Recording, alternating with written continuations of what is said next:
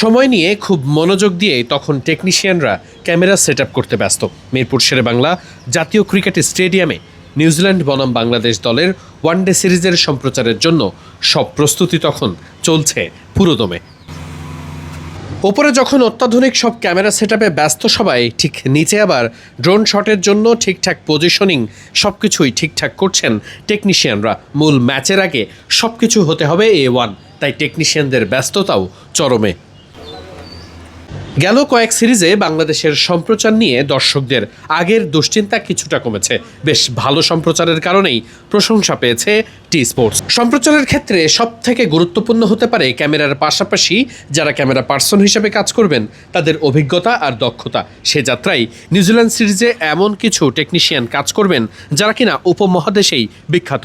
বিশ্বকাপ সহ বড় বড় সব ইভেন্টে কাভার করার লিড রোলে অভিজ্ঞতা আছে তাদের। গত সিরিজের মতোই পুরো সিরিজের এবার সম্প্রচারের দায়িত্বে সেই ইমাগোই আছে। গত সিরিজে বেশ ভালো সম্প্রচার করে প্রশংসা পাওয়া ইমাগো এবার বেশি জোর দিয়েছে টেকনিশিয়ানদের ওপর, যাতে করে ছোটোখাটো ভুলগুলো কমে আসে। একই সাথে ইমাগো ক্যামেরা আনার ক্ষেত্রে গুরুত্ব দিয়েছে ক্যামেরার কোয়ালিটি আর নতুন আপডেটেড ভার্সনের ওপর। অনেক দর্শকের মনেই প্রশ্ন থাকে, সম্প্রচার করছে কারা? রিয়েল ইম্প্যাক্ট নাকি এনইপি নাকি অন্য কোনো প্রতিষ্ঠান? কখনো কখনো ক্যামেরার শরীরে লাগানো থাকে রিয়েল ইম্প্যাক্টের স্টিকার, কখনো থাকে এনইপি কিংবা অন্য প্রতিষ্ঠানের। কিন্তু তারাই কি সরাসরি সম্প্রচার করছে? ব্যাপারটা আসলে কেমন? মূলত সম্প্রচারের জন্য পুরো দায়িত্বটা নিয়েছে ইমাগো। তারা টি স্পোর্টসের মাধ্যমে সম্প্রচার করছে এবং এই সম্প্রচারের জন্য তারা যে সকল ক্যামেরা ব্যবহার করছে সেগুলো কখনো এনইপি থেকে আনা হচ্ছে, কখনো আবার রিয়েল ইম্প্যাক্ট কিংবা অন্য কোনো প্রতিষ্ঠান, কখনো আবার 3 থেকে 4টি প্রতিষ্ঠান থেকে ভিন্ন ভিন্ন ক্যামেরা সেটআপ এনে পুরো মাঠে সেট করা হচ্ছে, যাতে করে সম্প্রচার হয় A1। সুতরাং সম্প্রচার হচ্ছে রিয়েল ইম্প্যাক্টের মাধ্যমে নাকি এনইপি বা পাকিস্তানের কোনো প্রোডাকশন হাউসের মাধ্যমে, সে আলোচনাই এখন বৃথা।